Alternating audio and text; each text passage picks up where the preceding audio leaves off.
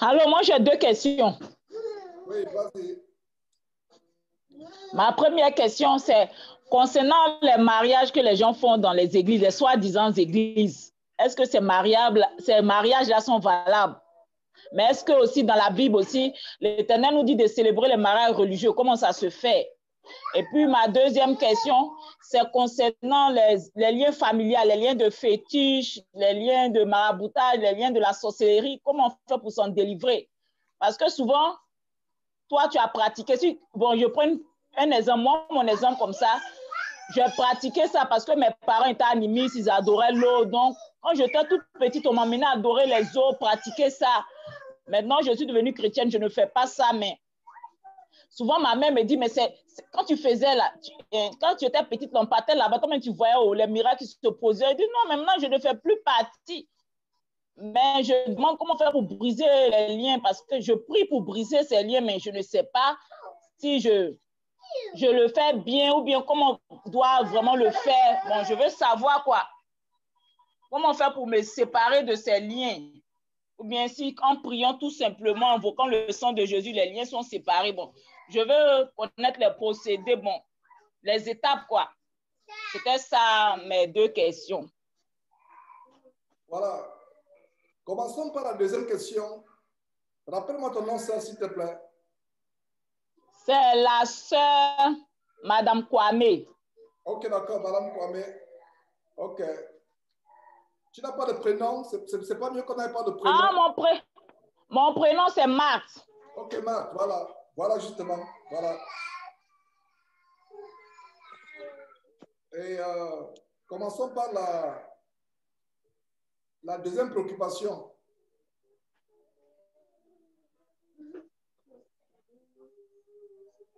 La deuxième question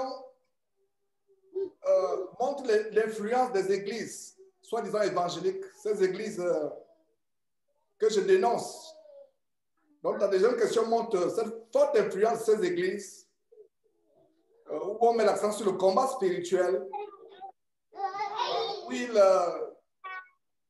font ce qu'on appelle il y a des séances où on dit cure d'âme. Toutes ces pratiques, nous allons briser les liens générationnels. Nous devons suivre la parole de Dieu, bien-aimés frères et sœurs, et rien que la parole de Dieu. Nous ne bâtissons pas sur un autre fondement. Nous suivons ce que le Seigneur Jésus a fait. Nous suivons ce que les apôtres et les prophètes, les évangélistes, ceux qui ont servi au premier siècle ont fait. La Bible dit celui qui est en Christ est une nouvelle créature. Et ces séances où on dit on a brisé les liens, ça c'est des formes de maraboutage dans les églises. Parce que quelqu'un qui est en Jésus-Christ, qui s'est converti, qui s'est repenti de sa vie passée, qui est passé par la repentance et qui vit une vie où il porte les fruits de la repentance, où il s'est repenti, la Bible dit qu'il est une nouvelle créature. Les choses anciennes sont passées, voici toutes choses sont devenues nouvelles. Parce que un chrétien qui est converti, qui est passé par la repentance, qui vit une nouvelle vie en Jésus-Christ, n'a pas à couper les liens générationnels, de briser les malédictions. C'est le terme qu'ils utilisent. La question, Marthe, montre vraiment l'influence que nous tous avons eue. Nous tous ici, presque nous tous, moi y compris, nous venons de ce background, là où il y a des pratiques étranges, là où il y a des prières étranges. Ça n'a rien à voir avec la parole de Dieu. C'est pour ça que mes frères et sœurs, je nous encourage à lire abondamment la Bible, à mettre les choses en pratique. Si ton pasteur, entre guillemets, fait des choses qui ne sont pas dans la Bible, par exemple, faire la cure d'âme. On amène une liste, je ne sais pas, Marthe, si tu sais de quoi je parle. On amène une liste, tu écris tout ce que tu apprends. Il y a un questionnaire de délivrance. Il y a un questionnaire. Dans le corps de Christ, il n'y a pas de spiritistes ou les exorcistes ou les psychologues. Il y a les cures d'âme. Et si c'est aussi aux États-Unis, il y a des gens qui signent, on te fait signer un papier tel que exemption of liability. C'est un document légal où on dit, si tu te brises le pied ou le cou, ou la main donne la délivrance, ou tu meurs, signe que tu ne vas pas nous poursuivre. Exactement comme comme les psychologues ou les gens qui vont faire chiropracteur. Je ne sais pas comment dire chiropracteur en français. Et exactement. Donc, la Bible dit que celui qui est en Christ est une nouvelle créature. Les choses anciennes sont passées. Il y a un verset que j'aimerais vous lire dans Galates chapitre 3 par rapport aux malédictions. Ma sœur Marthe, voilà un verset que tu dois retenir. Et tous les frères et sœurs doivent retenir ce verset, Galates chapitre 3.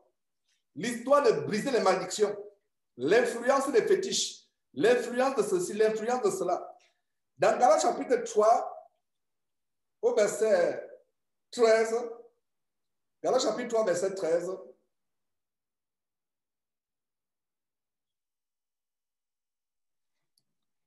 Galates chapitre 3, verset 13, que dit le verset? Notez ce verset, mes frères et sœurs. Ce verset résume ta question. Christ nous a fait quoi? Nous a racheté de la malédiction de la loi, étant devenu malédiction pour nous. Donc, ma soeur, mon frère, si tu penses qu'il y a une malédiction dans ta vie, il y a des gens qui disent que je n'arrive pas à me marier, rien ne décolle dans ma vie, je n'arrive pas à garder un travail, je n'arrive pas à faire les gens qui viennent à Christ pour soigner leur vie. Et ces pasteurs voleurs vampires, comme celui que j'ai dénoncé hier, qui vient avec les cornes en plein culte au Togo, ils font de vous la proie par le maraboutage. Je vois ceci dans ta vie. Tes parents t'ont attaché. Je vois cela, je vois un oncle qui est en train de perturber tes études aux États-Unis. C'est pour cela que tu n'arrives pas à finir un programme. Dès que tu commences, tu tombes malade. Je vois ceci, je vois cela. Ils ne voient pas les péchés dans ta vie. Ils ne voient que le tonton au village, le grand-père qui a fait ceci, cela. Quel que soit ce qu'on appelle, nous tous, je peux vous montrer, mes frères, si on était dans une salle, je vous montrerai les scarifications. Je ne sais pas s'il y a un Africain qui a grandi en Afrique, qui n'a pas les scarifications, que les parents n'ont pas amené, ou les grands-parents n'ont pas amené chez un féticheur. J'en ai les scarifications. Peut-être que vous en avez aussi. Mais une fois que je suis en Christ, ma chère sœur Marthe, nous sommes une nouvelle créature. Notre vie est cachée en Jésus-Christ. Et voilà le bon verset par rapport aux malédictions. Christ nous a rachetés. En fait, c'est un problème de foi. Le Seigneur Jésus a dit qu'il te soit fait selon ta foi. Amen. Qu'il te soit fait selon ta foi. Donc, Christ nous a rachetés de la malédiction de la loi. Le verset ne s'arrête pas là. Il s'agit de la loi de Moïse. La malédiction, tu étais sous la malédiction. Allez lire Deutéronome chapitre 28. Le chapitre est divisé en deux parties. Deutéronome chapitre 28, il y a une partie. Voici ce qui arrivera. Si tu désobéis à Dieu, les malédictions. Voici les bénédictions. Donc, il y avait les malédictions attachées à la loi. Tu fais ceci, telle chose t'arrive. Et il y a même aussi, on a dans une réunion, je ne sais pas avec quel frère de quel pays, il y a quelqu'un qui a évoqué, je crois que c'était avec les frères de France, par rapport aux interdits alimentaires. Si tu manges, si une femme enceinte mange ceci, voilà ce qui va lui arriver. Il y a des lois, même dans notre tradition, il y a des lois. Tu manges ceci, telle malédiction va arriver. Tu fais ceci, ceci va t'arriver. Des fois, si tu manges quelque chose qui est interdit en cachette, rien ne t'arrivera. Mais si quelqu'un sait que tu as mangé, ils diront te lancer un sort. Te lancer, on dit que si tu manges par exemple le caïman, ta peau sera comme la peau d'un lépreux. Des interdictions. Si tu manges en cachette, tu rends grâce à Dieu, rien ne va t'arriver. Si tu as la foi. Mais si tu n'as pas la foi et quelqu'un te voit manger cela, les sorciers lancent quelque chose sur toi. Pour pouvoir garder la tradition. Pour pouvoir. Je ne sais pas si vous comprenez de quoi je parle. Alors, le verset d'ici, quoi? Christ nous a rachetés. Ça, c'est un très bon verset à garder, à mémoriser, à proclamer ce verset, à croire ce verset. Qu'est-ce qui fait notre délivrance, ma chère Marthe? C'est la confession de la foi. C'est la proclamation de la foi. Romains chapitre 10, verset 17 dit quoi? La foi vient de quoi? De ce qu'on entend. Et ce qu'on entend vient de la parole de Dieu. Ce verset dit quoi?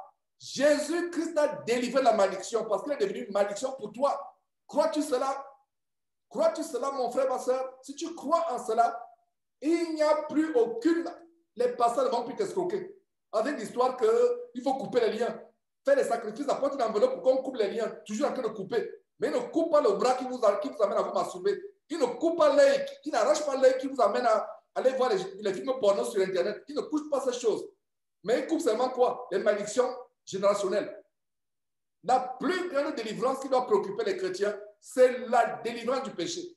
Hier, avec les frères du Canada, nous sommes allés en guerre contre le péché. Nous sommes allés en profondeur dans la parole de Dieu. Le frère Achille et moi, à l'issue de cette exhortation, on a passé 4 heures de temps hier avec les frères du Canada. C'était des grands moments, mes frères. À un moment, je leur ai demandé, vous voulez qu'on dorme ici? Parce qu'on avait déjà fait 4 heures, on était supposé faire 1 heure 30, 2 heures ou plus. Mais 4 heures de temps. Et quand il dit, frère, vous voulez qu'on dorme? Les gens, non, non, frère, là, on est fatigué, on n'en peut plus. Et on a mis fin à la réunion. La délivrance du péché doit nous préoccuper.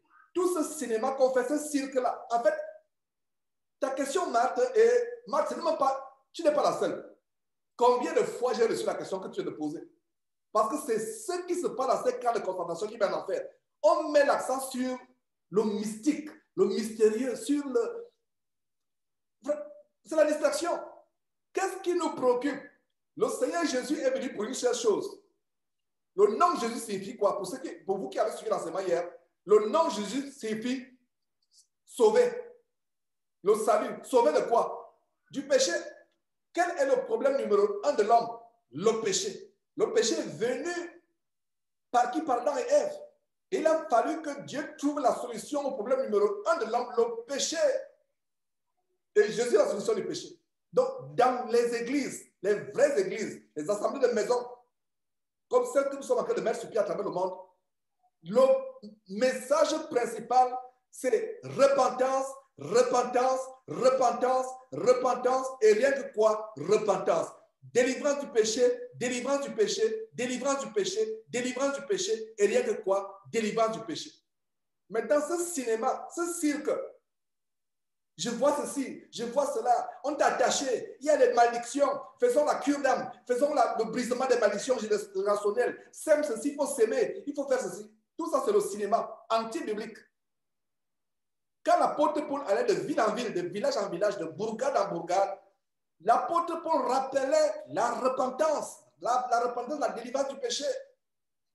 Alors, je reviens sur ta question, Marc. Ce n'est pas ta question à toi, c'est tout le monde presque dans cette dénomination. Vous voyez, c'est une nuit où on met l'accent sur le combat spirituel. Il y a même une église que j'ai exposée en Afrique de l'Ouest où ils viennent avec des pierres. Ils cognent avec des pierres, ils viennent avec des pierres, ils sont en train de cogner de manière imaginaire les démons. Donc, ils font le karaté. Le pasteur avec le micro, il saute, il bondit, il est en train de couper. Je coupe, tout le monde répond, je coupe. Je tape, tout le monde répond, je tape. J'égorge, tout le monde dit que vous égorgez quoi? Égorge le péché dans ta vie, égorge, saute et bondit, donne des savates. Fais les katas contre le péché dans ta vie. Voilà. Alors, le verset dit quoi? C'est pour ça que j'aime la parole de Dieu. Il y a tout. Il y a tout. Le verset 13, Galates chapitre 3, verset 13. Christ nous a racheté de quoi? De la malédiction, étant devenu malédiction pour nous. Ça veut dire quoi?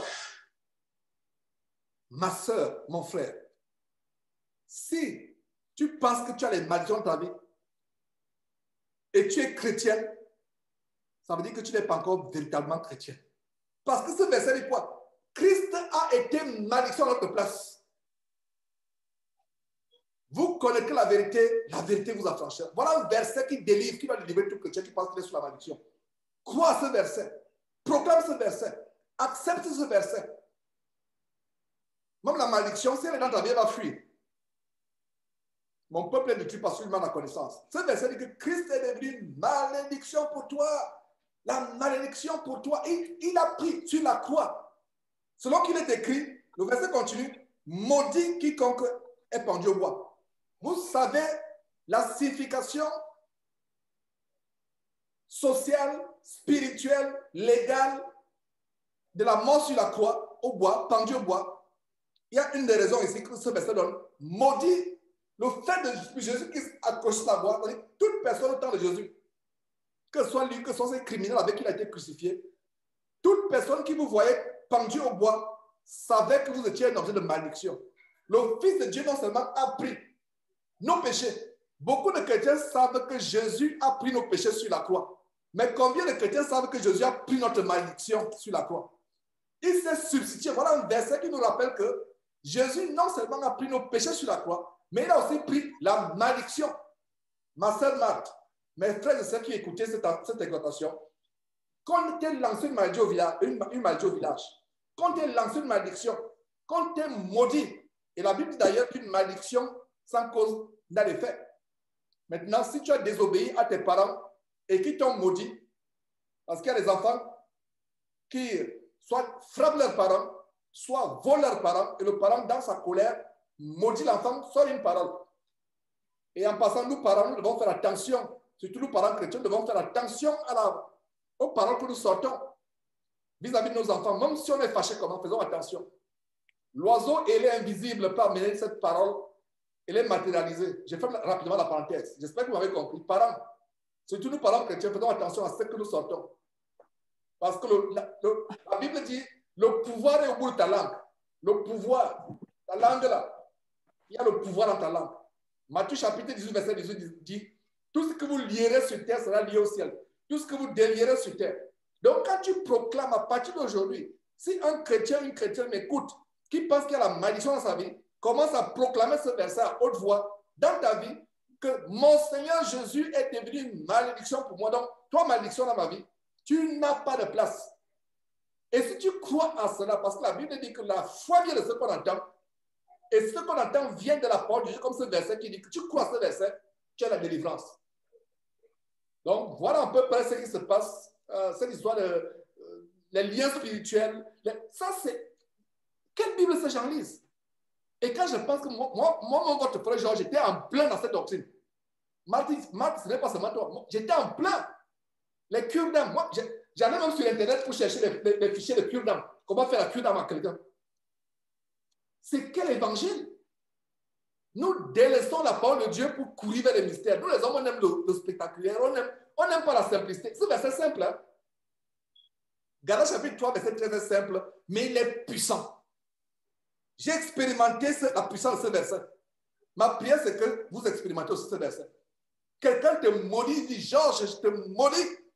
Tu dis à la personne, soit dans ta prière, soit en face que non, ta malédiction, si je t'ai fait du mal, pardonne-moi. Je m'excuse si je t'ai fait du mal. Et si quelqu'un parmi vous, même étant devenu chrétien, a offensé les parents, c'est normal. Moi, il m'est arrivé d'appeler mon père, je dis, oh, vraiment, je te demande pardon pour tout le mal que je t'ai fait. Il me dit, mais Georges, j'ai oublié. Je ne me rappelle même pas. Il dit, non, papa, moi, toi, tu as oublié. Mais moi, je ne peux pas oublier. Ça m'a fait tellement mal, surtout que je suis devenu chrétien. Voilà comment aussi, c'est un moyen pour toi de prêcher, d'évangéliser, de prêcher Christ à tes parents. Dis que moi, vraiment, je suis devenu chrétien. Je t'ai fait du mal, papa. Maman, je t'ai fait du mal. Donc, devenu chrétien, si ton père t'a maudit, ta mère t'a maudit, toi, sœur, ou t'a maudit, toi, frère. Étant en Christ, première chose, tu t'es repenti parce que tu es en Christ. Deuxième chose, va vers les parents. Prosterne-toi devant les parents. Agenouille-toi devant les parents. Dis, papa, vraiment, je t'ai fait du mal. Pardonne-moi. Je suis devenu chrétien. Je suis devenu chrétienne. Oh, grand-père, pardonne-moi. Grand frère, voilà ce que j'ai fait. Vous avez vu, allez lire l'histoire de comment Jacob est allé au devant.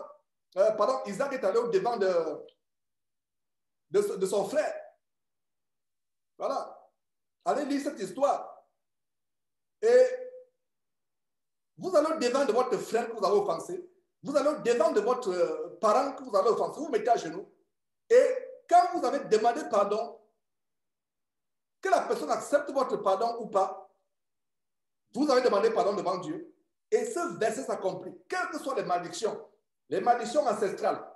Parce que le verset que ces faux pasteur vampireux utilise, c'est Exode chapitre 20, verset 4. C'est-à-dire qu'il punit, il y a des malédictions qui vont de génération en génération, de descendance après descendance. Mais nous, chrétiens, ce verset nous dit que Christ nous a délivrés de la malédiction, étant devenu malédiction. Donc, il y a eu un échange sur la croix. Il y a eu une substitution. Imaginez-vous un condamné à mort. Il est sur le point d'être condamné dans une prison, ici aux États-Unis. Le système carcéral le plus difficile, c'est au Texas, où Simon et moi nous sommes. Le Texas ne badine pas. Tu peux prendre 20 ans de prison pour avoir volé une sardine à Walmart. On s'amuse plutôt avec le volant, on s'amuse avec le volant au Texas. Alors, imagine qu'il y a un condamné à mort à la prison de Huntsville, une des prisons les plus célèbres aux États-Unis, ce n'est pas loin de nous ici. Et le gars est condamné à mort. Il attend son exécution dans 30 jours. Après, il y a quelqu'un qui arrive avec les juges. On ouvre la cellule. On dit, cher monsieur, vous voyez the warden of the prison.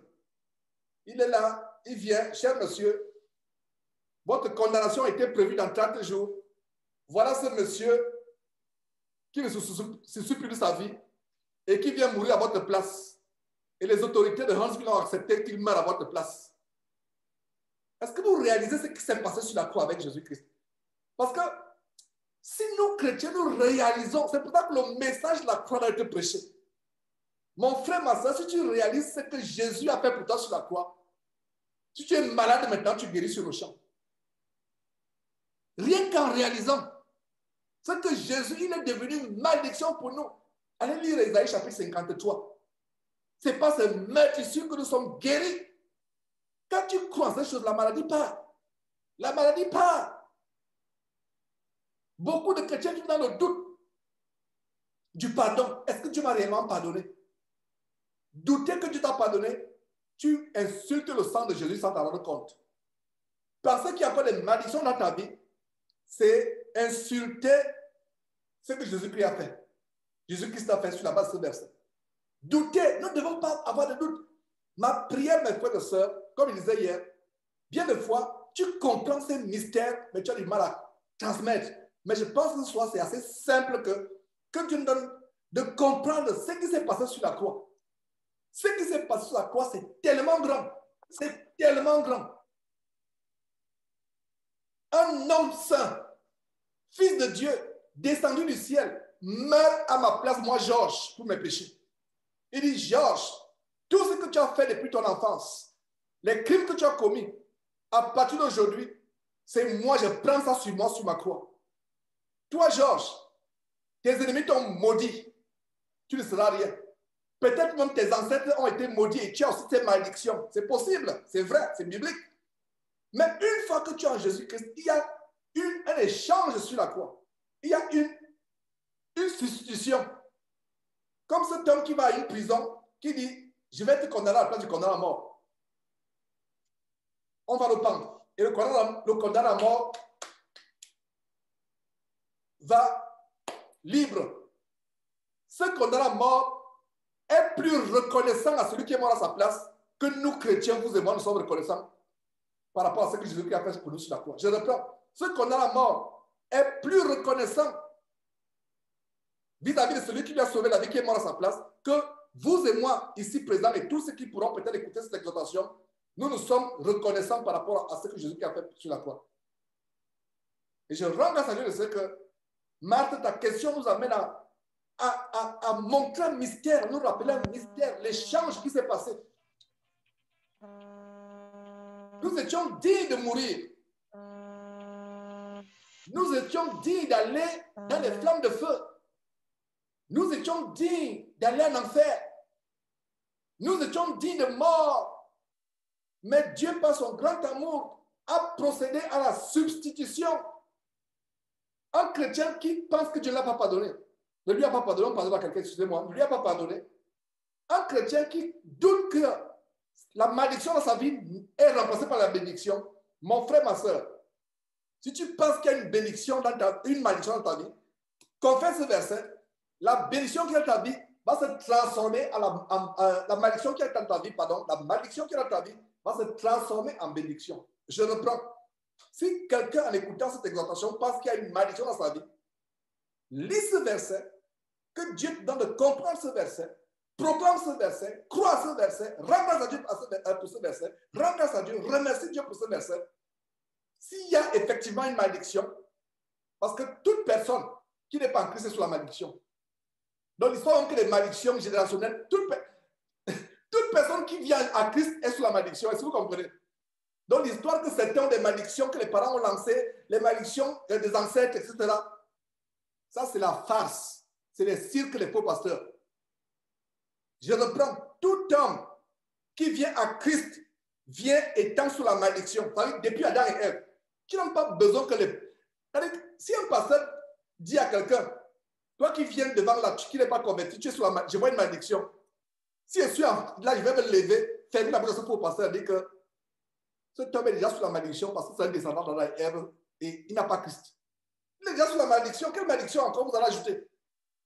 Et maintenant, quand on vient à Christ, la malédiction du fait que nous sommes des descendants d'Adam et Ève et d'autres malédictions de sorcellerie qui peuvent exister, tout cela part sur le champ instantanément. Il n'y a plus aucune condamnation pour ceux qui sont en Jésus-Christ, qui marchent. Il n'y en a plus. Romains chapitre 8, verset 31, mais ne lisez pas la version du second qui a été tronquée. Lisez la version King James 1600 qui est complète. Il n'y a plus, Romains chapitre 8, verset 31, il n'y a plus aucune condamnation pour ceux qui sont en Jésus-Christ, pour ceux qui marchent, non pas selon la chair, mais selon l'esprit. Et il n'y a plus aucune condamnation. Et dans la condamnation, il y a quoi? Il y a la malédiction. En condamnant la mort, on peut dire que c'est une malédiction. Il n'y a plus condamnation. Il n'y a plus malédiction pour qui est à Jésus-Christ. Et mieux encore, qui ne marche pas selon ses anciennes voies, mais qui marche selon la voie en Jésus-Christ. Oh, ma sœur Marthe et mes frères et sœurs, moi, cet évangile, je sens vraiment l'Esprit de Dieu en manifestation, même au moment où je vous parle, parce que ça, c'est un grand verset. Je lis le verset avant de continuer avec d'autres préoccupations, la deuxième partie de la question. Plutôt, j'ai commencé avec la deuxième partie, mais la première partie. Verset 13, Galates chapitre 3, verset 13, relisons ce verset encore. Christ nous a rachetés. En calant le mot racheter, en cette langue, le rachat, nous étions vendus à Satan. Vendus depuis Adam et Ève. Nos ancêtres, la mère Ève, le père Adam, parce ce qu'ils ont fait au jardin d'Éden, ils nous ont vendus à Satan. Vendus. Et le rachat. Qu'est-ce qui nous a rachetés? Le sang de Jésus-Christ qui a coulé goutte par goutte sur la croix. Il nous a rachetés. Et racheté de quoi? De la malédiction de la loi. Et ce qui est intéressant, souligner, étant devenu malédiction pour nous, le mystère de la substitution sur la croix. Puissent les chrétiens comprendre, croire, confesser, accepter le mystère qui s'est produit à Golgotha il y a plus de 2000 ans. Cet échange, ces 3 heures de temps où Jésus était suspendu sur le bois, il y a eu un échange qui s'est passé. Pour ceux qui étaient ce jour-là, ses disciples, jusqu'aujourd'hui et jusqu'au retour de Jésus-Christ, cet échange est là. La sorcellerie n'a plus de pouvoir dans notre vie. Les mauvais sorts qu'on lance. Beaucoup de chrétiens continuent à vivre des vies défaitistes. Défaitistes, abattus, on a peur de la mort, on a peur des sorciers, on a peur d'échouer, on n'a pas peur de ces choses. We are more than conquerors. On n'est plus que victorieux. Vous voyez? Pourquoi? À cause de cet échange qui s'est passé sur la croix. Quelqu'un qui n'était pas digne de mort. Il n'y avait pas une seule goutte d'impureté dans son sang. Il n'y avait pas un seul péché dans sa vie. C'est pour ça que le corps de Jésus ne pouvait pas se décomposer. Il n'y avait pas de la souillure dans le corps de Jésus. Un corps parfait, une vie parfaite. Voilà donc que ce Fils de Dieu, descendu du ciel, a fait un échange sur la croix. Et avec cet échange, plus de condamnation. Mais la condamnation vient du fait que tu ne marches plus selon les péchés. Tu ne marches plus selon ta vieille nature. Tu essayes de marcher. Tu t'efforces de mettre en pratique les commandements de Dieu. Donc, il est devenu malédiction pour nous, car il est écrit, maudit est quiconque est pendu au bois. Moi, je pense qu'il n'y a plus d'inquiétude par rapport à ce sujet et que ce verset donne la délivrance si on le comprend et si on le met en pratique. Encore une fois, Romains chapitre 10, verset 17, la foi vient de ce qu'on entend et ce qu'on entend vient de la parole de Dieu. Maintenant, la première partie de la question, parce que je viens de répondre à la deuxième partie, j'ai commencé par la deuxième partie, à savoir les malédictions. Maintenant, la première partie, c'est encore l'influence de ce que notre bien-aimé frère Frank Viola américain a parlé de churchianity. Notre Christianity, churchianity. Ça veut dire le système abominable hérétique qu'il y a dans les églises bâtiments. Churchianity. Ça signifie quoi? D'abord, il n'y a aucun verset de Genèse Apocalypse qui montre un croyant de l'Ancien Testament ou du Nouveau Testament se mariant au milieu d'une assemblée chrétienne.